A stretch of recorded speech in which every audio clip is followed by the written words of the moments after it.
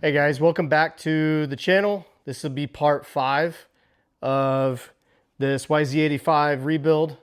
What you see next to me is the rear wheel that we're going to completely tear down today and relace brand new spokes. We're going to refinish these rims, have some spray paint on them. I'll show you that the white part is actually, I believe, spray paint. It's coming off with steel wool. So we're gonna shine these rims up without having to respray them or repowder coat them or anything. I think they'll turn out pretty good. New spokes, just to shine it up. I don't think it really needs it per se, but we're gonna do it anyways. And then we're going to cerakote the hubs, make it look pretty trick, just to kind of refreshing these OEM wheels and see what we can do. Brand new bearings, front and rear. And then, yeah, we'll put some new tires on it and the wheel set will be complete without spending, you know, a boatload of money. So, yeah, let's dive into it.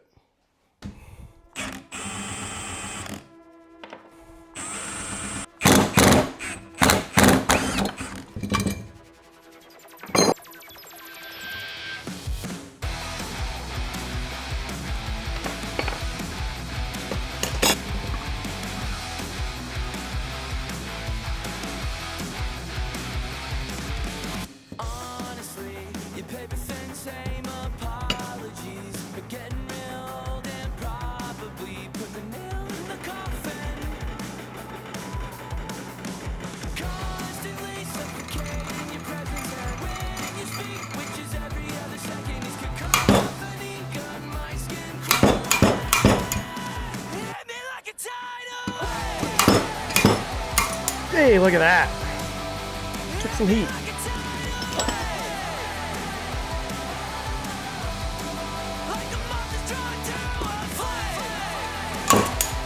Oh.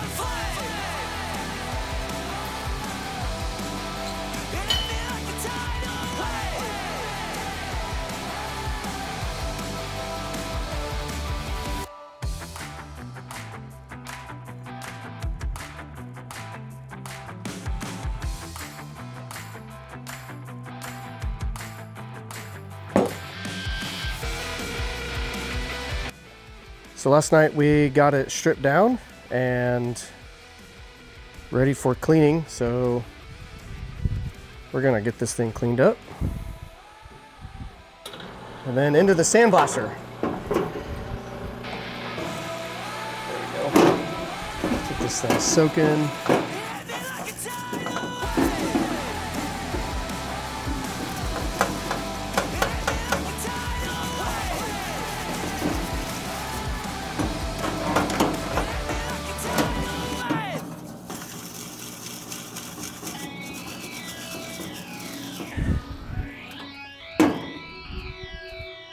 Take some acetone, just kind of rinse it down, get some of that cleaning material off of it.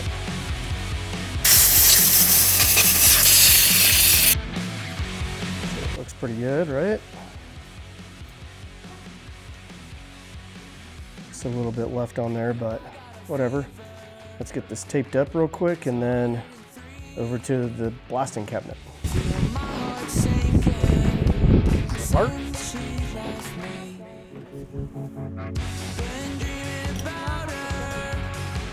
Is that good? Can you see what you're doing? Are you sure? What are you doing, Apollo?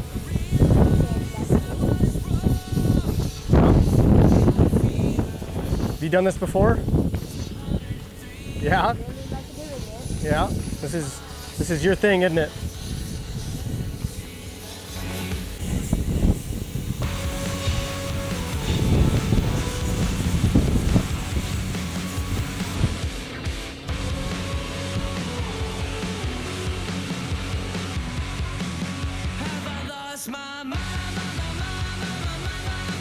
We got both hubs prepped and ready for the oven now. So we're gonna off-gas these things at 300 degrees for another hour, and then we'll be ready to spray. If you guys haven't already, go check out the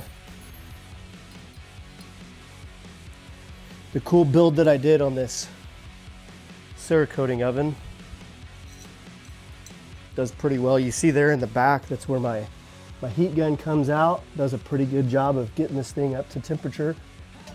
Built these racks that go inside. I can slide this whole thing out if I want to. You know, these things, this is a whole rack system here that I got bolts coming through. Those things can just hang in there, and you know, I've got about $100 into this this oven here. Does pretty good.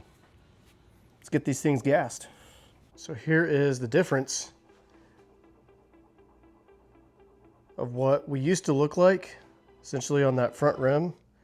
And after a little bit of steel wool, you know, it's not perfect. There's still gonna be a few spots here and there that aren't really getting picked up on the camera. Like right here, we got a little nick here. There's a spot right up here that, you know, it's not going to be perfect, but I have $0 into these rims, and it went from this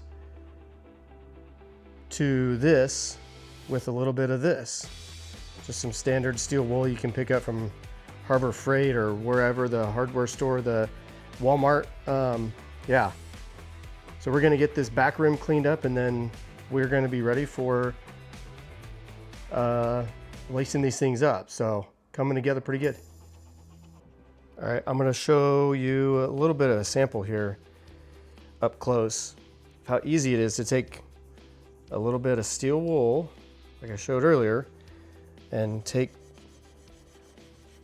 this spray paint, or whatever this is. I'm calling it spray paint just because I don't know really what it is. I'm assuming, but it's not taking the anodizing off, and you can see just how quickly, in a matter of seconds, how easily that takes that crap off there. It takes all the dirt, grime. There's a side section here.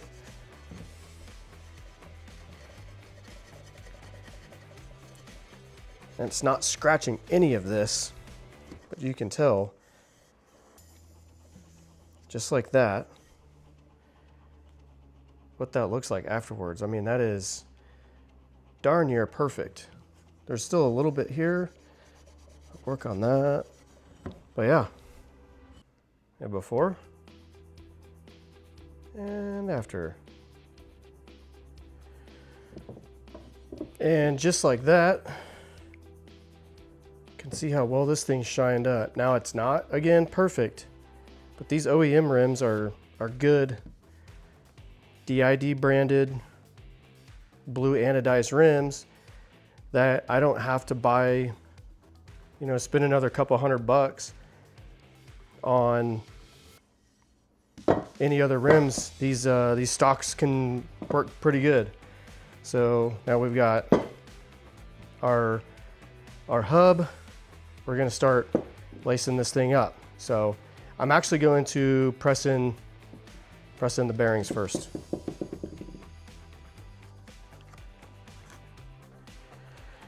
We have this all balls rear wheel bearing kit. Actually came with the bike, so I didn't have to purchase this extra. We've got 1 seal, 2 seal, 1 bearing, 2 bearing. I didn't put this in the freezer beforehand, but we can heat this up and get these things knocked in fairly easily. As I break this, let me get something to clean this hole out real quick. Actually, this won't do too bad. Okay, a little bit more. There's just some grime down there. Grab a rag real quick.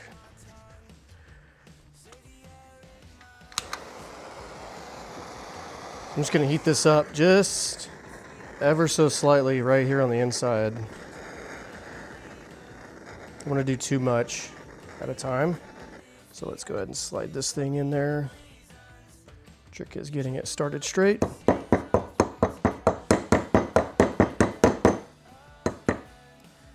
There's that, and then we can take this little driver. It sits pretty much on that, the whole thing there. Just like that. More of a solid hammer here. That sounded good. And we're still, let's see if we can get, see that little groove in there. Let's see if we can get this little C-clip to sit in there.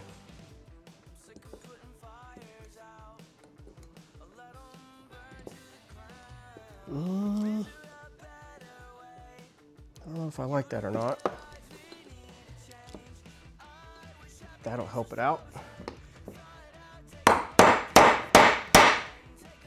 Yeah, there we go. Now we can throw this down that, but I'm just gonna throw a little grease on the outside of this. Just lightly.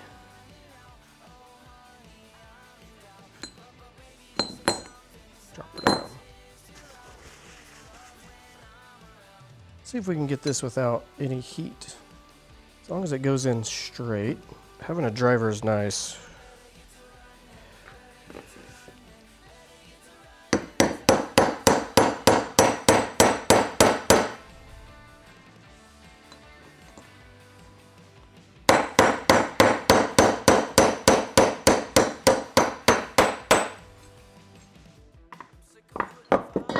Bada bing, bada boom. Looks like we are fully seated.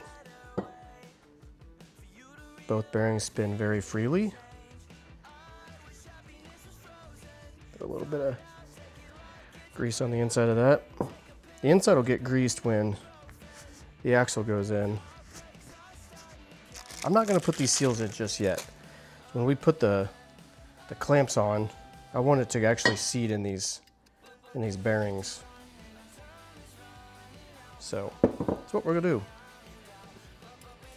So here we have the Tusk kit with all brand new spokes. These are just a slight size difference from stock. Got a stock one right here. Probably not gonna pick it up. These things are almost identical, but I did have to drill out each one of these holes in order for these tusks to fit up to like a 5/32. I got as close as I could within a couple thousandths. So these will actually slide in fairly easily. So, all right guys, we're back in the shop. Last night ran into a hiccup. As I started trying to put these spokes and nipples in, these Tusk oversized nipples did not fit. They're slightly bigger than the stock size, so I sat on it last night and I just took my step bit and oversized the holes one size. It's up to a 5/16. These nipples now actually they fit in really well. There's no wiggle. Is it the right thing to do? Maybe not. I don't know. but this is all used, it's all OEM stuff. So, you know, it is what it is. Maybe I should have ordered the OEM stuff and not had to do, you know, drill these holes out in the hub and the rims. But to be honest with you, I think it'll be fine. So we're gonna go ahead and get these things laced up with the Tusk stuff that I already have on hand, and get it over to the truing stand and get her all trued up. So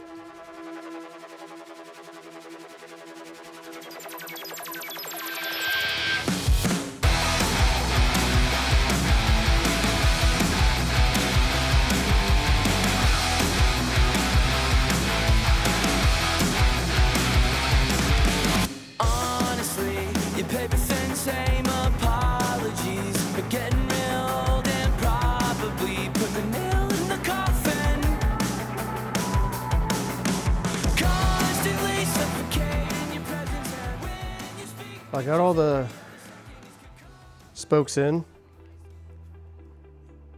It's kind of tricky, but most important thing is to make sure that all these are going over the right spokes, you know, left and right. I'll pull that out just a little bit more. Overall, it really wasn't that bad. Just kind of having to work some of these spokes around, under, over, that kind of stuff. It kind of got a little tricky on a couple of them, but for the most part, they all just kind of line up. There's plenty of tutorials out on YouTube that shows you how to lace and true these wheels. So this is where we're at. You know, just getting laces or getting the spokes put in correctly, and then all of these here just tighten, kind of snug down. None of them are really tight, but I mean, this thing is actually looking pretty good already, pretty quick. So how much better this looks just by replacing the spokes, shining these rims back up. Again, stock rims, stock hub, cerakoted the hub. And I mean, overall, I think with the tire, everything mounted up, once I get the sprocket and the brake disc back on, this thing's gonna look absolutely incredible from where it came from, you know? Show a before and after of this thing, and it's not even close. Just with a little bit of elbow grease and making it look good again. So get all new bolts from Spec Bolt in the big kit. Comes with the even the rotor bolts. Already has the Loctite already on there, so get this all installed.